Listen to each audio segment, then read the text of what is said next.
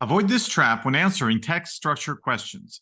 Text structure questions often feature answer choices that are supported by the text but are irrelevant to the question. This is a trap. Question may ask about the last sentence, but the answer choice refers to something in the first sentence. Or the question asks about the second sentence, but the answer choice discusses what's found in the third sentence.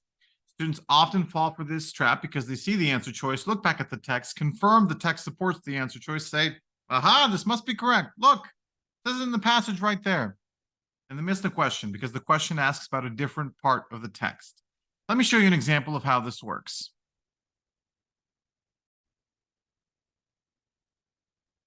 The following text is from Leo Tolstoy's 1867 novel, War and Peace.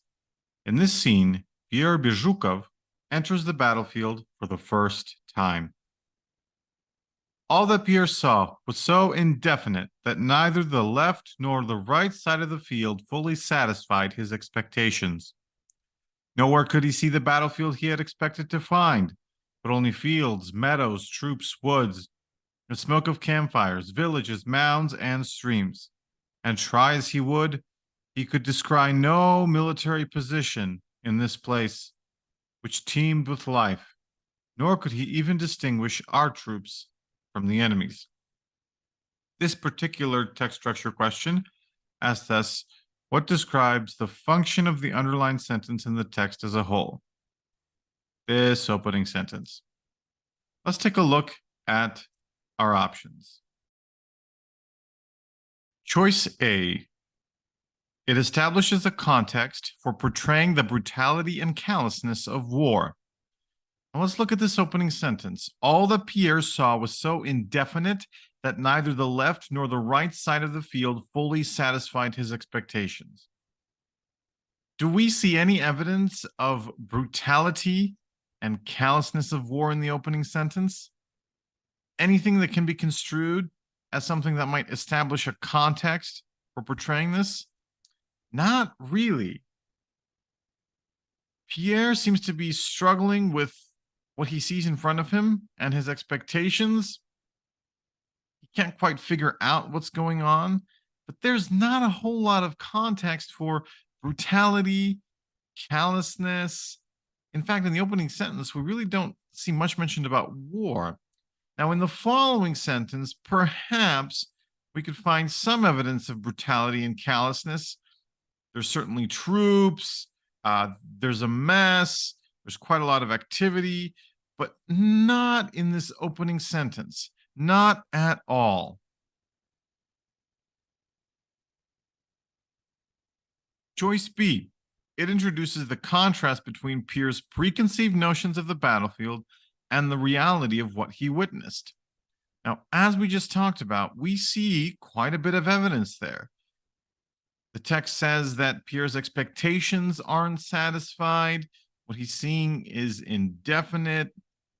So what we have here does match up to a degree with choice B. Preconceived notions and the reality of what he witnesses and the contrast between the two. Let's not choose choice B yet. Let's read through the rest of the options. Let's look at choice C. It serves as an example to show Pierre's sense of disorientation by depicting his confusion and uncertainty about where to go. Do we see evidence of this in the sentence? Well, we see that what he's seeing is indefinite, and his expectations aren't being satisfied. But is this displaying disorientation, confusion, uncertainty about where to go in this particular sentence?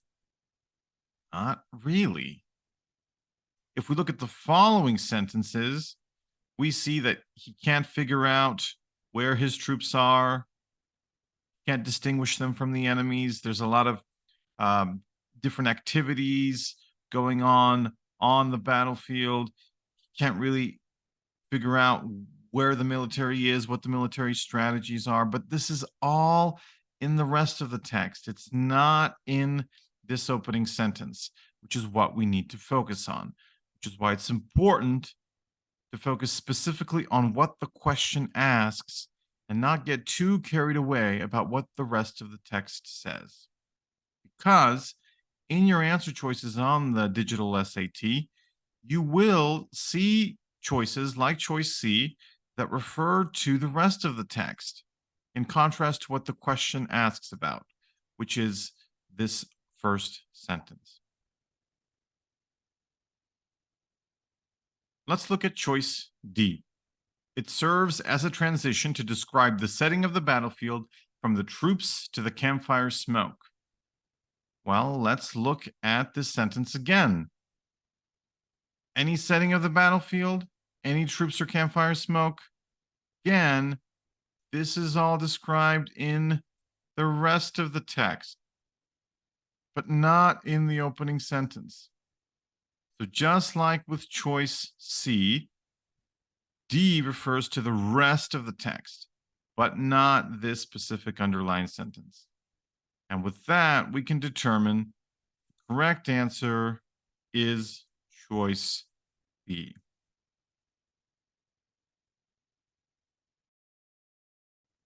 Thank you very much for watching. This example came from our free sample test that you can find on testinnovators.com/SAT. For more helpful SAT content, don't forget to like, share, and subscribe. We'll see you next time.